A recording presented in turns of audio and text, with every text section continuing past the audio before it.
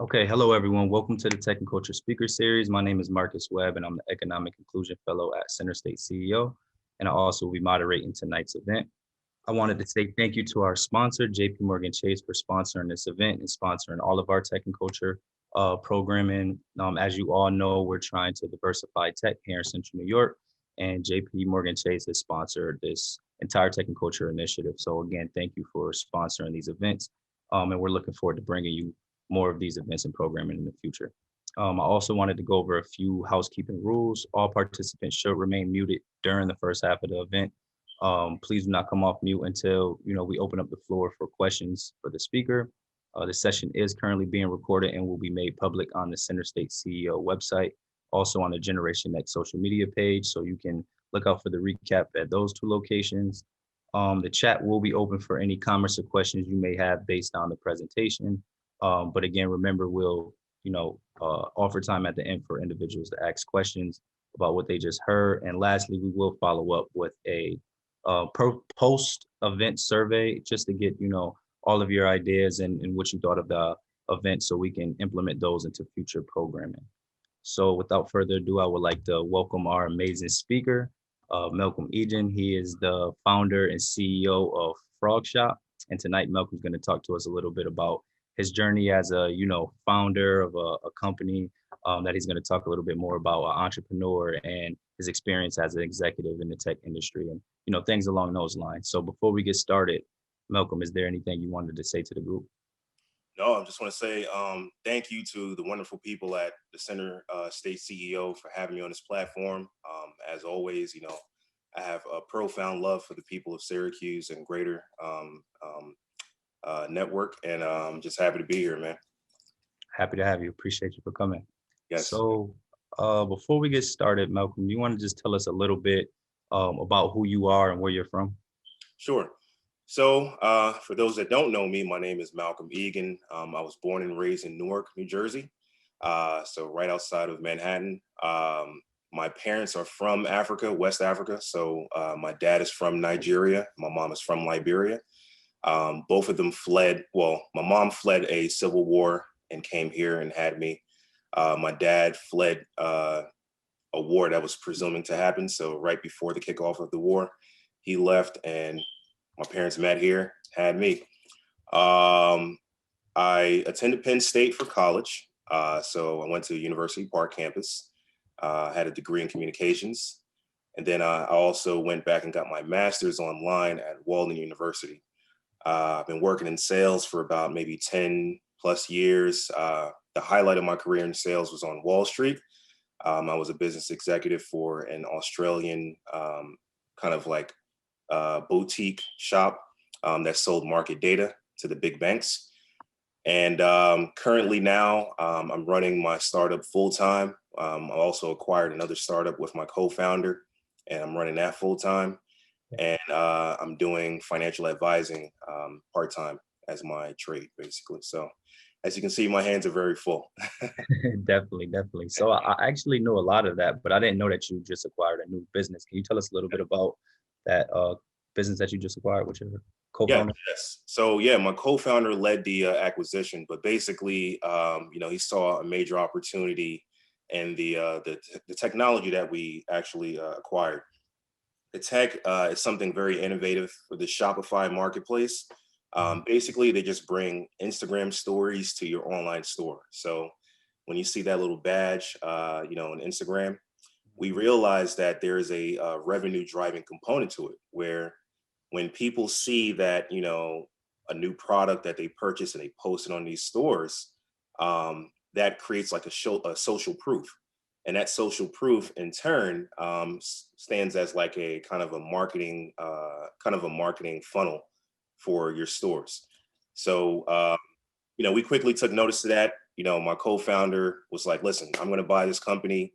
We're going to make it happen. And we're going to, kind of like, run the company simultaneously.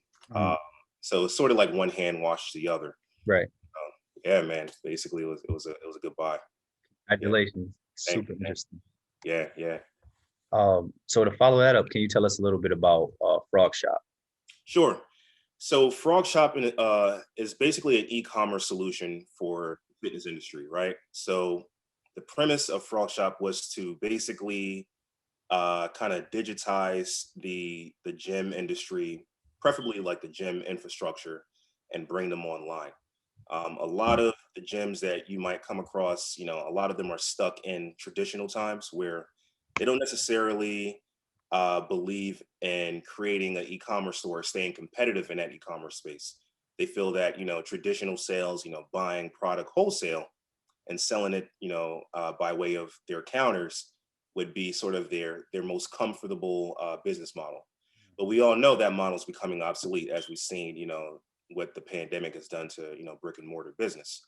So a few years ago, roughly 4 years ago, I came up with an idea or experimentation to create e-commerce stores for these gyms. A lot of the owners were still kind of skeptical because when you think e-commerce, you think Amazon, right? Right. So I'm like, listen, you have a huge advantage over Amazon. Amazon might have the dollars to spend online, but you have a concentrated hub of customers, people that literally spend money with you every month without blinking their eyes, right? Mhm. You can literally monetize these people, twofold. And when I kind of presented it to them in that sort of fashion, they were like, "Yeah, I didn't think about that." So how are we going to do this? And I'm like, "Okay, sit back and relax. Let me take care of you." So Right. it was more so of a consultative approach where, instead of selling them a product, I sold them a solution that we both can kind of grow together and and transform their business. So that's how Frog Shop came about. Yeah. See, what motivated you to start the business? I know you kind of mentioned, there was a demand for it, but what Right. was your actual motivation to start the business? So all right. So here's a fun fact about me, right? I literally spend about an average of 1,000 hours a year in the gym. That's on average 3 hours or 2.7 hours per day in the gym, Mm. right? If you see me, it'll be hard to tell. So, just don't tell me in my face. But basically, me spending so much time there, I was able to kind of really learn everything about how a gym operates, right? Mm. Um, I literally would, talk to the owners, talk to the staff, see the operations from the front end, from the back end. And I realized something that was kind of, a similar feat for all gyms is that they had, these products that had tremendously long shelf lives. I'm talking about 3 to 6 months of shelf life, right? That is terrible for any retail business because if you have an average of 3 to 6 months for any product that's on your shelf, that means that you're in the hole by a Mhm. lot, right? You might not even be able to buy a new case of product for the following month because you can't, clear out the inventory you already have. Right. So realizing this inventory bottleneck, I basically was just like curious. I'm a very curious guy. I love to always find kind of more seamless ways to run an operation or to just run any business, right?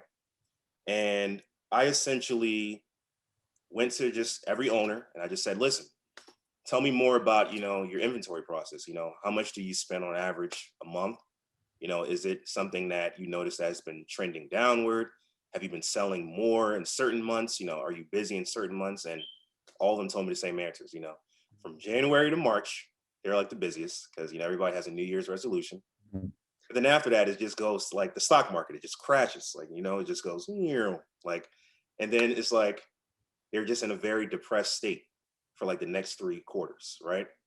So I said, listen, man, if you had an e-commerce store, not only could you make a lot of money, but you don't have to buy any inventory. Mhm. There's a beautiful business model out there that's called drop shipping. Mhm. And drop shipping, I'm telling you, Marcus, it has made tons of people millionaires overnight. And by overnight, I don't mean literally the next day, but from just the fact that you don't have any overhead. You have Right. very little overhead. If you find a winning product online, I mean, the opportunity is infinite. You can Mhm. literally make hundreds of thousands of dollars or millions of dollars selling winning products. Mhm. And COVID has literally have given us the kind of the golden goose with that when it came to fitness. That's amazing. That's Yeah, super amazing. yeah. Can you tell us a little bit about, the key moments that really stuck out to you as an entrepreneur, that you really identify as like the hardest moments as working as an entrepreneur? Yeah. So I forgot to add, I am a family man of two. So I have a son and a daughter, and my son is 5 and my daughter is 13 months. So they're very young. Mhm. I'm also married as well. So and I have a dog as well. So I have like sort of like a whole Brady Bunch in my house, right? So that adds a lot of pressure as an entrepreneur because I don't have to only worry about myself, but I have to worry about three mouths if you think about it, right? Um, and I think that added pressure, for some, if you're not mentally ready for that, it can break you. There's been times where, I mean, literally, man, I've literally haven't gotten out of my bed because I've had terrible months where, I was in the hole in terms of just, paying bills, putting it all on the line to see my dream kind of, take off. And it doesn't go in a straight, linear line. It's not a linear kind of movement, you know, it's a very tangled line, and it's going to go down a lot. It's going to go in different detours before you see it, traject, go Right. upwards. So I would say really it's just the balance of family and just business. Though those times sometimes you can see it's like a really seesaw effect. Yeah, Did you definitely. ever think like, man, forget this, I'm going back to a 9 to 5, or I'm going to Oh, work for a absolutely. company? Yeah, absolutely, man. Honestly, I'll tell you a funny story, and my wife is going to kill me for this. I'm sorry, babe. If you're out there, I'm sorry, but I have to tell I have to tell him this. So literally, I remember vividly. It was 2019. It was, I think it was around, yeah. I think it was like around this time. I think it was like either the end of April, beginning of May, right? Mhm. Man, so I'm pushing Frog Shop. I just had, a really good, just month because I had auditioned for Shark Tank. Shark Tank reached out to me and was like, "Hey, we like your idea. We want you to audition. We have a stop in Brooklyn. You can come out. You got to pitch the producers. You have 60 seconds to do it. I mean, 90 seconds to do it." So I had a terrific pitch. It was very clean cut. I killed it. I'm like, yeah, I'm on the top of the world. And this time I'm still at the ideation stage. I didn't have any revenue. I didn't have any product in the market, right? So that's the front end, right? That's the beautiful kind of, the glamour of being an entrepreneur is showing that, hey, look at me. I'm on, I audition on Shark Tank. But the back end was, I'm doing Uber, 5 nights a week. I'm Right. doing, I'm bouncing in clubs, doing security, 6 nights a week, right? I was making $30 a day driving Uber. Mhm. It was like nerve wracking because, I would be driving all around Newark. And because, that market is so saturated in itself, you would think coming from here to New York is like, $100 ride, but after gas and toll, you're left with, 30 or $40. Right. Right. So at the same time, the rent, my share of the rent is backed up. I'm doing security. I lost 2 of my accounts. Mhm. Just the owners felt like they had to go in a different direction. So I'm here just sitting down and I'm just like, God, like, all right, you can take the cameras out. I'm done being punked, can I just, can I please have a blessing somehow, some way? And I had an intervention. My mom literally pulled me in and my wife pulled me in and they were like, we're worried about you. We think you're going crazy. I love the fact that you're an entrepreneur, but you have to also be realistic. That R word, man, it just makes me cringe. Right. But, they're like, you have to be realistic. The bills need to be paid. Your son is 3 years old. You have to do something. Like you cannot just focus on your business and do these odd jobs, right? You didn't go to college. You don't have a master's, and and just settle for driving Uber and doing security at night. So I'm like, whatever, mom. You don't know what you're talking about. And then my wife comes in. She's crying and she's like, I wrote you a letter. She writes me a letter. The letter says, "Dear Malcolm, I love you with all my heart, but can you please get a job that pays $65,000 a year and drop Frog Shop for the time being?" Now my heart sank because I'm like, 65,000, like, I mean, living in New Jersey, that's like, 30,000, right? That's not really a lot. So I'm like, I get it. Like, I understand. I know the messages, but I'm like, you just have to believe me, right? So at the time, for those 2 weeks after that, it was just like very dark. Like, things were just not working out. Like I said, the Uber thing was taking a toll on me. I got a flat tire also. So just imagine what I had to deal with that. Mhm. Then Start Fast. For those who don't know, Start Fast is a venture accelerator, it's a venture capital firm in Syracuse. It reached back out to me because I actually applied for their accelerator earlier that year, like in January. We had an interview, I think, in February or March, and it was just radio silence. I didn't hear back from them. Mhm. So after these 2 weeks of me being just in a very kind of melancholic, very just eerie feeling, they reached back out and gave me an investment for my business. Not only did they invest in me, but they also moved me to Syracuse for the summer. Mm. So it was sort of like, that blessing, that, just sort of that epiphany where it's like, hey, listen, I told you it was going to work. Mhm.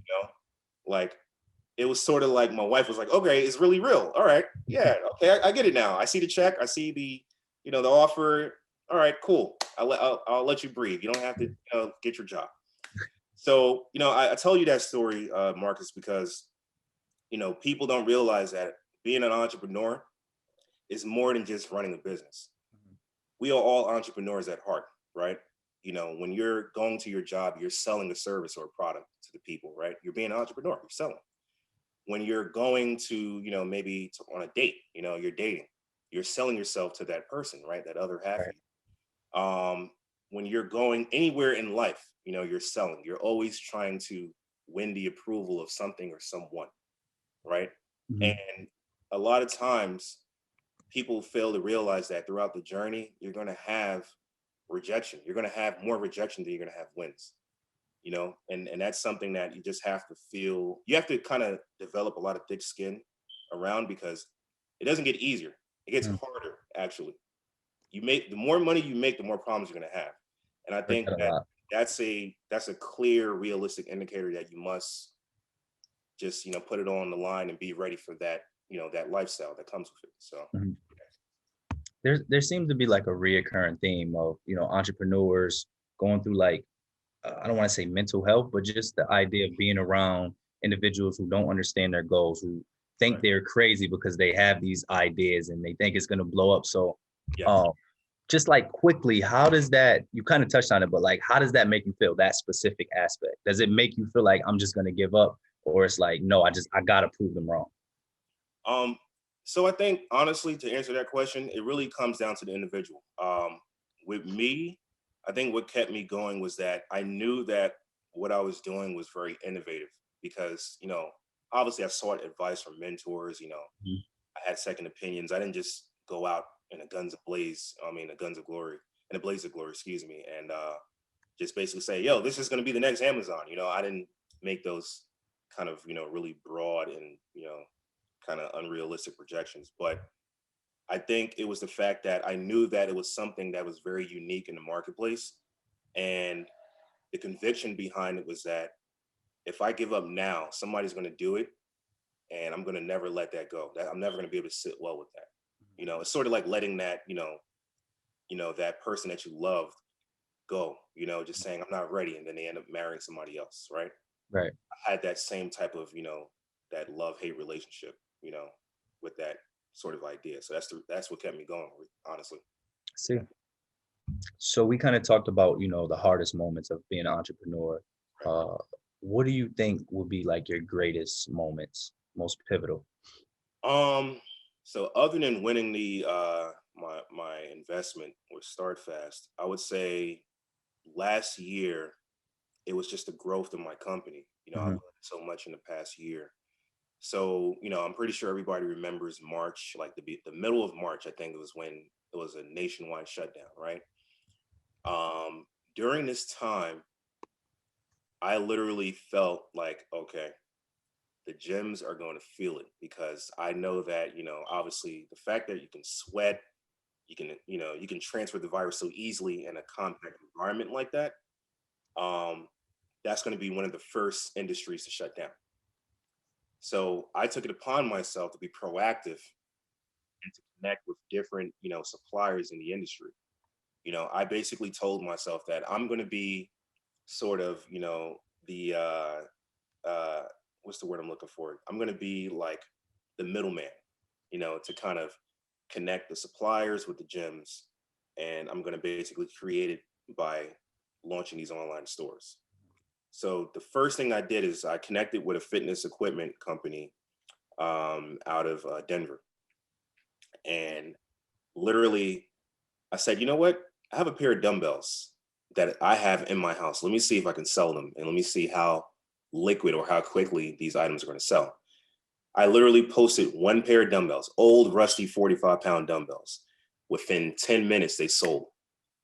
And I sold it at a 50% markup. So I was like, oh, all right, this is it. Like, like we're going to pivot here. We're going to focus on just, equipment sales. We sold other products, but we're going to focus on equipment sales. So that one supplier I partnered with, I said, hey, listen, I have a market for this. I think we should work together. You're like, all right. I mean, all the gyms are down, so might as well. Literally, I'm talking about in like 3 months, man, I made like probably maybe about $9,000. Mm. Yeah. So I was doing about $3,000 a month. And then towards the end of the year, it went to like 10 to 15 grand a month. And it was just like constant, just like the suppliers were just like, wow, like this actually works. What are you doing? How are you moving units? Are you paying Google ads? And I'm like, no, I'm literally doing direct to consumer. Mm-hmm. So that sort of unique strategy and, in that opportunity during that time, it gave me a lot of success because it proved to those investors that told me like, nah, you're not going to compete against Amazon. You're not going to do this. It proved to them that I can actually, make glitter from gold or whatever that term is, turn nothing into gold, So it was basically, I kind of proved them wrong. And then they actually took me serious after that. Mm-hmm. So That's that was my biggest moment right there. 2020. Thank you. Sure. So, kind of to pivot a little bit, how has being a Black entrepreneur in the tech space really affected you as an entrepreneur? Because as you know, the tech industry and tech in general is really white. So, Yes. how would you say that affected your experience as an entrepreneur, Man, if it has? where do I begin, man? Oh man, I was just talking to my buddy about this at the gym. So, all right, I'm going to give you the real, right? So, the reality is, less than 2%. Less than 2% of venture capital. That's everything: angel, venture capital, startup accelerator, etc. Goes to African American and Latinx founders. You know, also that's including LGBTQ. That's including women-led startups. Basically, anybody who's considered a minority. So you mean to tell me 98% of that capital goes to the majority, which is white founders, right? Now, me being a Black founder in tech, a lot of venture capitalists, they don't believe that a Black founder can lead as efficiently as an Asian American or Indian American or a white American, right? They don't believe that we can lead because of the stigma around us as a culture, right? They think we're more entertainers, or athletes. They don't think that we have the brain power, the overall just grit to go in technology and communicate a high level of intelligence, to these type of folks in the industry. So what that does is that, you get a lot of, like I've pitched to over maybe hundreds of investors just in the last year alone, right? Now, mind you, I have an MBA. I'm also licensed in financial services. I have my 63. I have a very strong foundation of knowledge base when it comes to running a business. I've been told time after time, oh, the business is not there yet. I'm sorry, man. It's just not our investment criterion. Get back to me in 6 to 9 months. Or, we just don't have any funds for you at this moment. Or the most favorite one is, you're a little early, I think it has potential, but let me refer you to, someone, or let me mentor you, That mentoring thing is like, oh my God, can you mentor me just anymore? Right. Like seriously, right? It's like, it's so like teeth wrenching because I've been told this feedback time after time, and I've gotten better and better after every conversation. Mm-hmm. I have an investor list, right? I have a thought leader and investor list of people that I've interacted with, that I've pitched to. and I would send my deck to, and I would send my numbers, my business numbers, and my numbers would keep going up. I'll have moments where I'm flat. That's any business, right? You Mhm. have slow seasons, but my numbers would keep going up, and you would see that I'm growing, but not one person would get back to me. I had maybe a couple. I think the people from Start Fast got back to me out of the list more than anybody else. That's the reason why I have so much love for Syracuse, because those folks gave me, they believed in me when nobody did, and that's something that I'll never forget. I don't care how big I get, right? That city believed in me, and that's why I always, give back in any way possible. Mhm. But being Black in tech is like being the big ugly elephant in every single boardroom. And any Black founder would tell you this, if he's confident, if he or she is confident in oneself.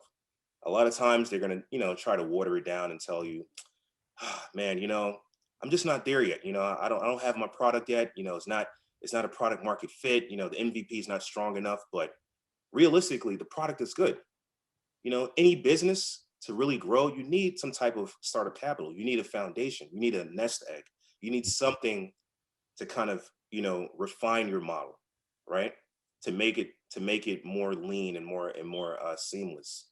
But they don't give you that opportunity. So it's like you have the chicken and the egg story. It's like, you want me to lay eggs, but where's the chicken? Right. And that's where it really gets annoying, as a Black founder.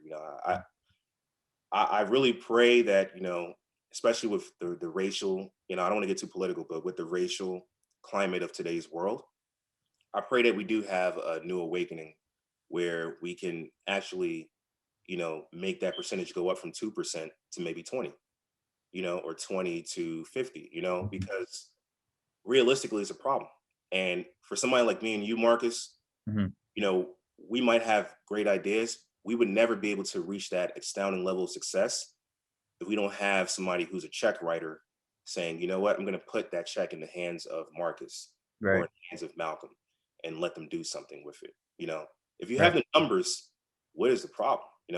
That's Mhm. something that we really have to ask these VCs. So yeah. I have two follow-up questions to that. So when you say 2%, Mhm. is that only for, Black and brown individuals, or is that not Black and brown, is that for African Americans? Or is that for Asians and the Indian Americans as well? Or is that just African American? So minority, by tradition, minority is mostly considered, anybody who's not Caucasian, right? Right. Right. But from the numbers that I've witnessed, from numbers I've read in my studies, I actually was informed and confirmed that those numbers represent African American, Latinx, women-led startups, Okay. LGBTQ. Okay. Now, obviously, you have investors that are targeted in these specific verticals, but still, the thing that people are not realizing is that everybody that says we represent underrepresenting founders, Mhm. the check writers are not Black. Right. They're not Black. They're white. Mhm. And if somebody, like, for example, here's another one. One feedback I've gotten, and I actually told an investor this, right? He said, "Oh, you know what? You're too early. I think you should raise a friends and family run, friends and family round." Now, I said, "I don't understand that. What language is that?" I was like, "What does that mean? I don't understand what you mean." He was like, "Friends and family? You don't?" Like, he was trying to basically dumb it down to me so I could look like I was an idiot, right? Yeah. And I was like, "Sir, I know what you mean, but that doesn't apply to me. The We the don't have wealthiest that. person, the wealthiest person in my family makes $45,000 a year. What is friends and family? That doesn't make any sense to me." So when I realized that, and when I said that to him, he was startled because he was like, "Oh, like, I don't know what to say." And I'm like, "Exactly. If you're not from my world, you're not going to understand why it's so important for me to raise that 250,000 or that 100,000 or even that 50,000, right? Mhm. You're not going to understand that. And if I have the numbers to prove it, or even if I have an idea with a prototype and, just some type of commitment from a large enterprise customer, you know, without your capital, I'm never going to be able to bring this to the market. Mhm. You know, bootstrapping, a Jeff Bezos can get 300K from his parents. Right. you know, Bill Gates, he can get, 100K from his, his parents.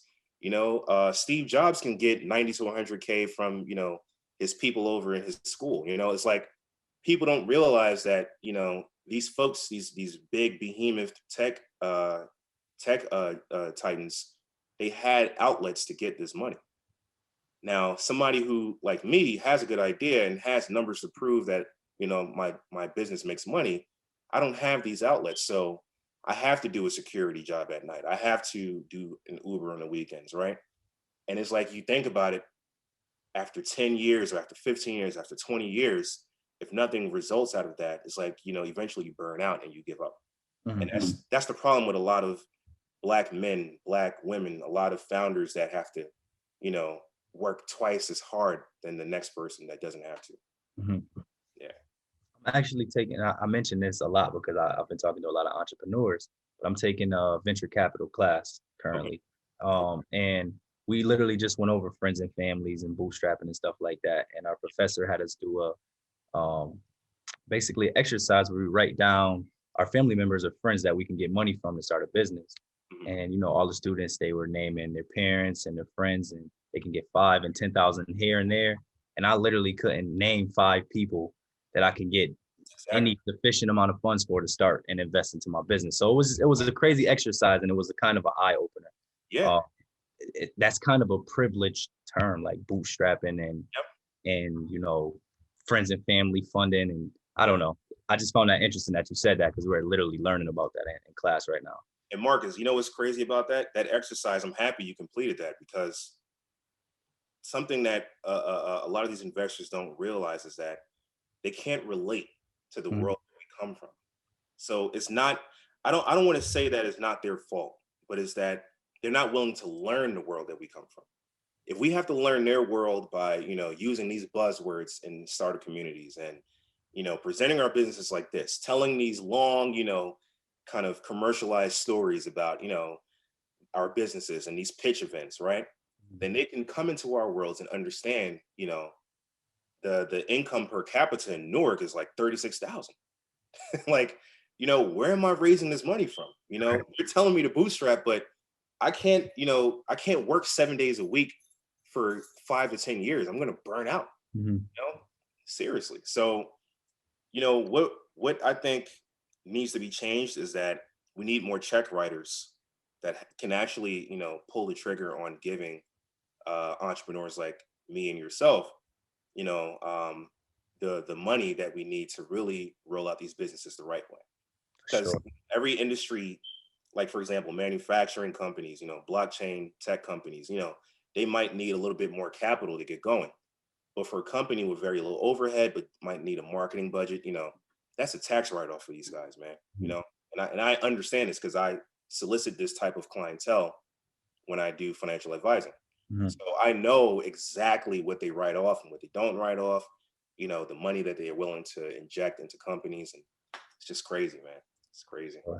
Yeah.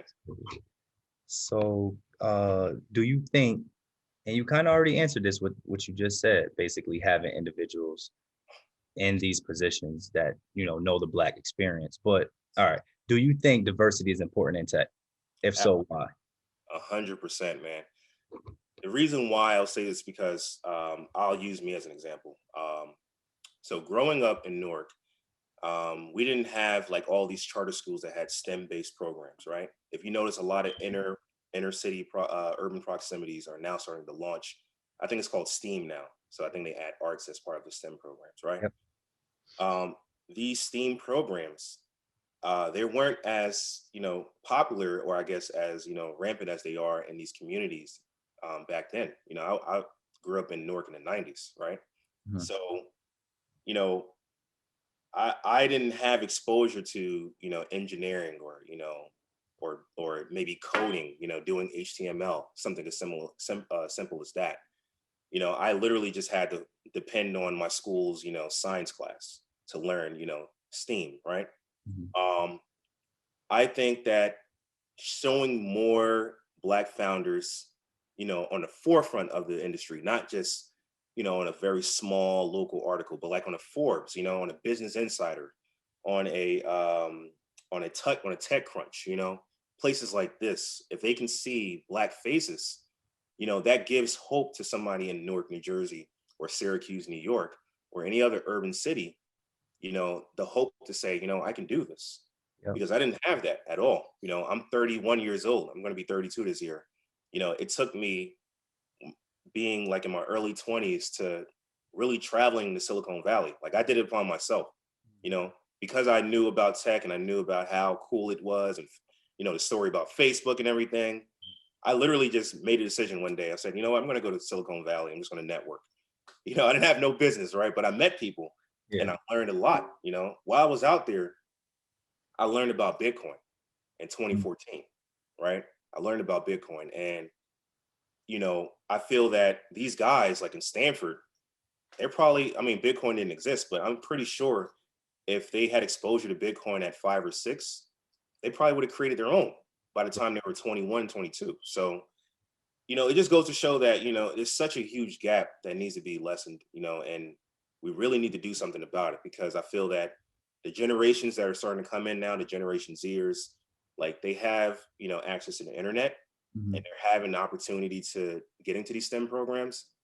But the huge divide is actually getting the capital to bring their ideas come to life. For sure. Yeah. Great. And I like what you said about like, seeing Black individuals in Forbes and other publications.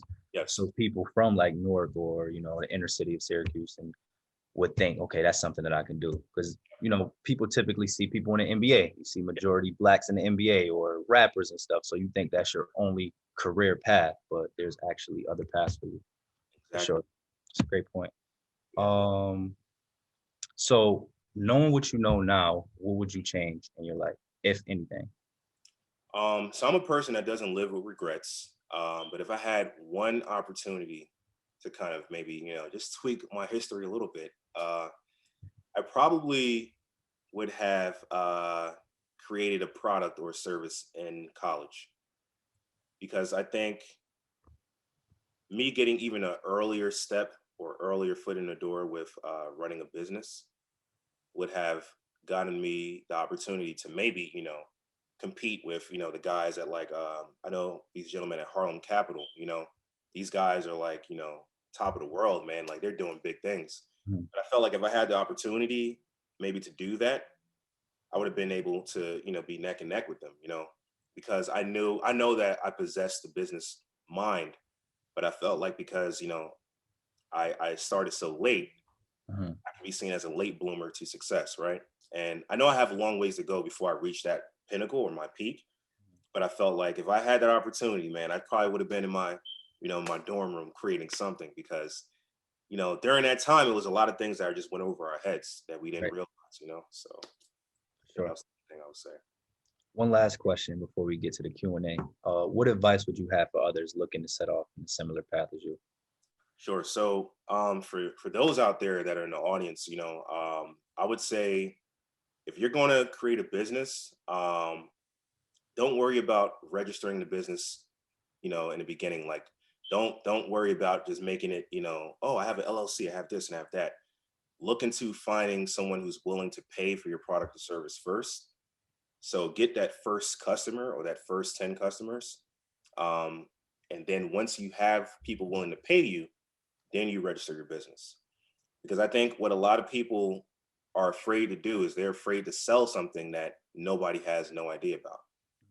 If we don't feel comfortable about something, the first thing we do is we dismiss the the innovative business idea or the innovative product, right? Like the iPhone wasn't the iPhone before it was sold to the masses, right? So it had to be sold to maybe a few people before people really adopted this technology. And I feel that, with new entrepreneurs, even people that I talk to in the regular, the first thing that they say is, how am I going to get a marketing budget to sell this? You got to get customers that are willing to buy what you're selling. You have to pinpoint and really confirm that product's need first, or that service's need. So I'll say that's my biggest advice. Great advice. Yeah. Great advice. All right, so I'd like to open up the floor now for any questions that you have for Malcolm based on everything you just presented. You can drop them in the chat and I'll read them to him, or you can come off mute and ask them personally. Let me see the chat. Do you have anything? All right, so Glenn put something in the chat earlier. How did the gym shut down during COVID affect Malcolm? So the gym shutting down didn't necessarily affect me. I think if anything, they had obviously little to no capital to pay me for the service of creating their stores, but it didn't affect me because what I was able to carve out was that I was able to target lifestyle brands or brands that were 100% virtual and literally create the stores for them and make it an attachment of their business. So instead of just targeting the brick and mortar business, I literally went to the virtual, vertical, and I said, hey, add an e-commerce store to your offering. And they're like, sure, why not? Everything is going online. So it didn't really affect me per se. Yeah. We have a question from Jess. When are you coming back to Syracuse? Man, yesterday, I need to go back, man. I was telling my wife actually that I want to come out there this summer. I used to love going to the beach out there, or to the lake, I mean. And going to Skinny Atlas as well. I love that area. I was trying to move out there actually, man, but God had other plans. So, but definitely, hopefully this summer I can go out there. I would love to see everybody out there in the 315. Sure. Yeah. Megan, do you think there will be virtual only gyms like additional rise of the Peloton model? Absolutely. Yeah. I think COVID exposed a huge like operational kind of dependency on the old model, right? It exposed that the gyms were so far beyond or so far behind in terms of technological advancement. They didn't realize that they had so much work to do. So now, that gyms are opening back up, I think they learned a huge lesson in, hey, we have to, get a stronger digital footprint. I think they realize that now. So I think especially with, services like vendors like myself, I think they kind of became more humble in the sense where, okay, I'm going to take a real listen now. I'm going to give them my whole entire, ear instead of just letting it go in one ear and out the other, So, yeah. Andre, where do you see Frog Shop in 5 years? In 5 years, I see Frog Shop definitely maybe closing like a Series A or Series B. I think that we've proven ourselves. We're actually in a process of trying to, develop a seed right now with some investors. But I think we've proven ourselves enough to get to Series A and Series B. And hopefully, Peloton and, some other, high level ambassadors can, partner with us and take us to the next level. Sure. I got a quick question to follow that up. I'm sorry, everyone. Just real quick. It's selfish of me. I apologize. No problem. But I'm just starting to get into stocks and stuff like that, and learning a lot about this stuff in business school.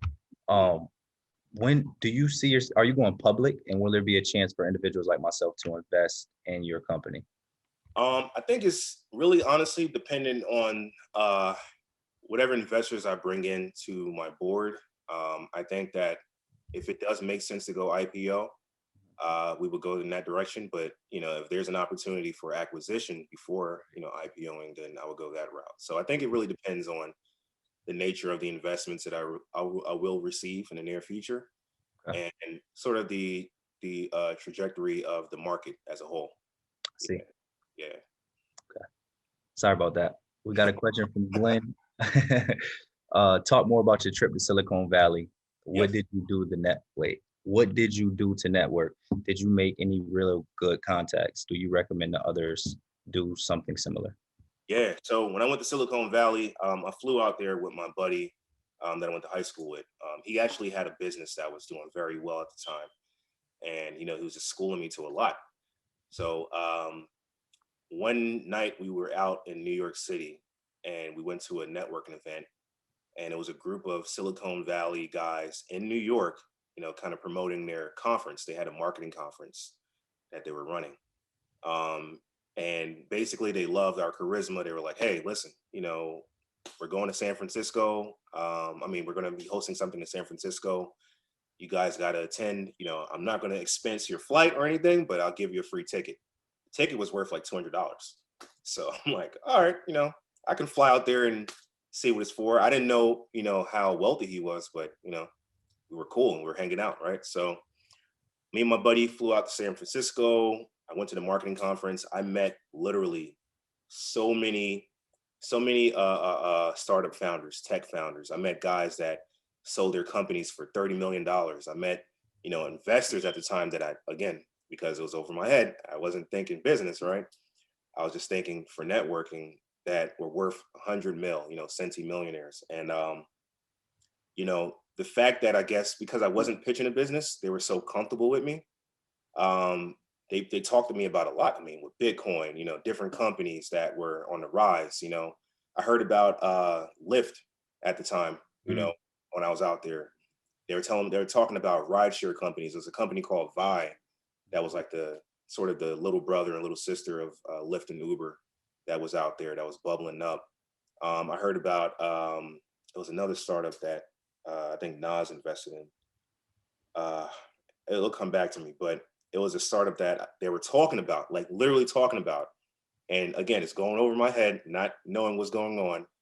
But because I was out there and I just mingled and I was just myself, had direct access to these type of folks. Mm-hmm. Now, those relationships went a little bit cold, but I still have a few of those relationships still.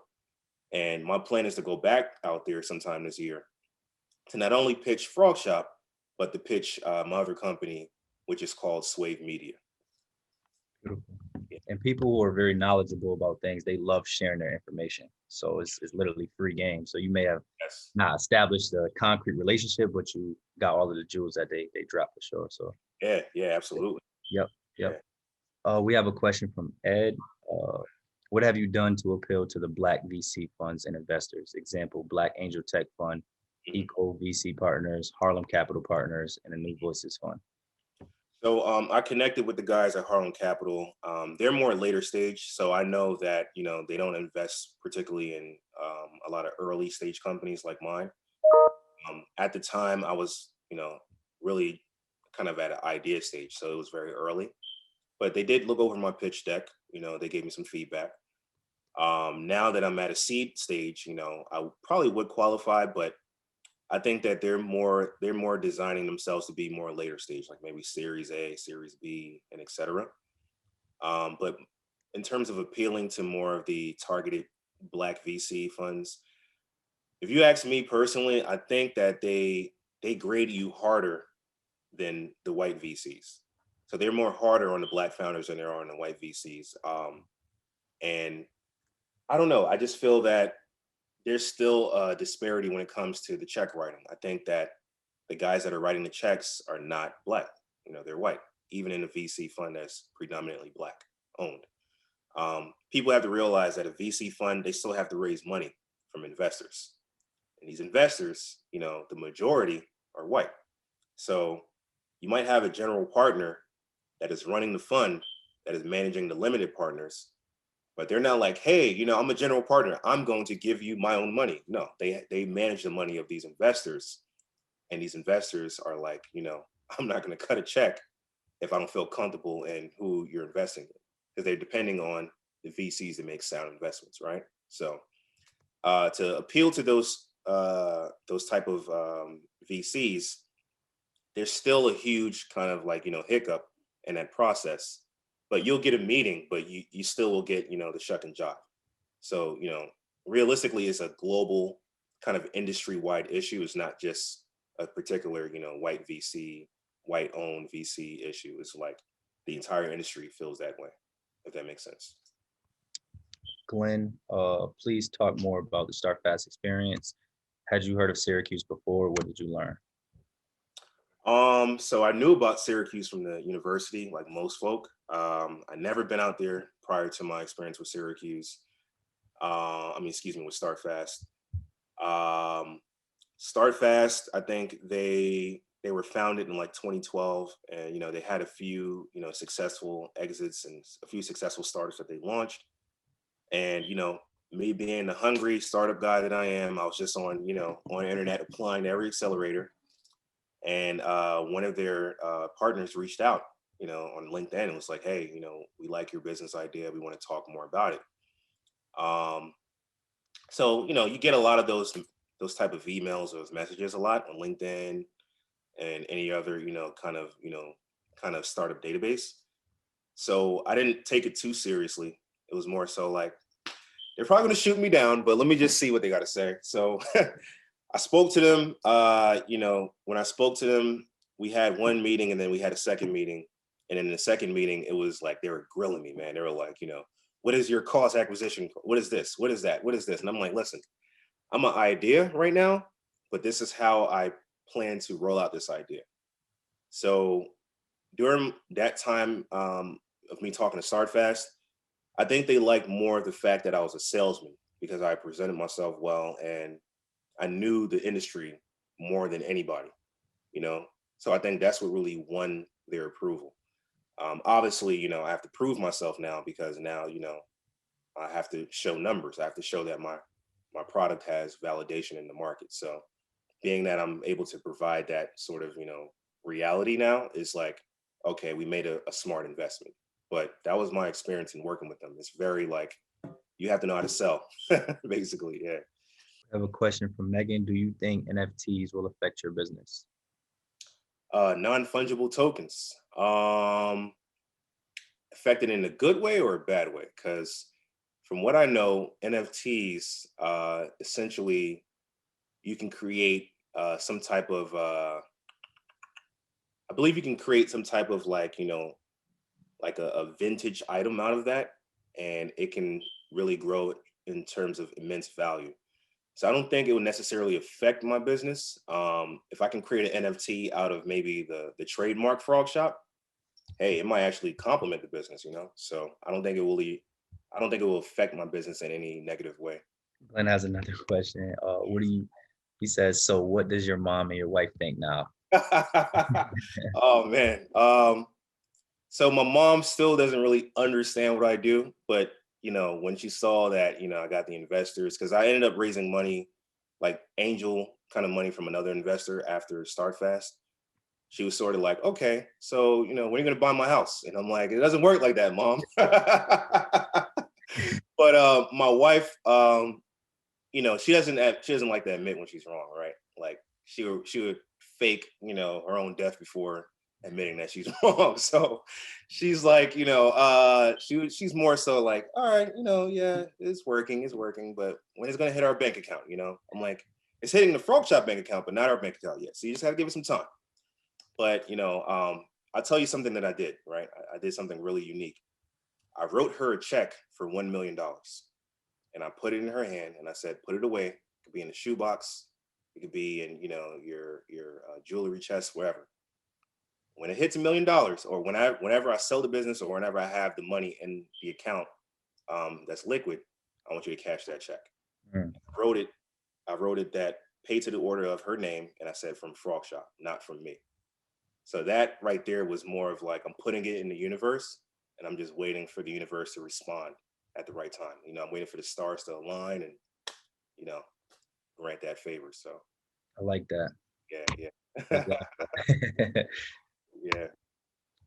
All right, Malcolm, I would like to say thank you for coming. Thank you for spending your time, telling us about your journey, your experience.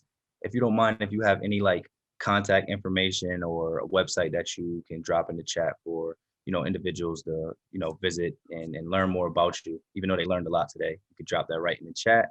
Sure. If I'm sure all of you know, but you can visit the Center State CEO website for additional COVID-19 resources and more upcoming speaker series events like this. You also can follow us on the Generation Next social media page and Center State on Facebook, Twitter, and Instagram. And if you have any questions, you can reach out to Generation Next at centerstateceo.com. I appreciate everyone for coming out. Malcolm, like I said, I appreciate you for spending, your time. And everyone have a great day, great night. Thank you for your time. I appreciate it. Thank you so much, Marcus. Thank you for coming out today.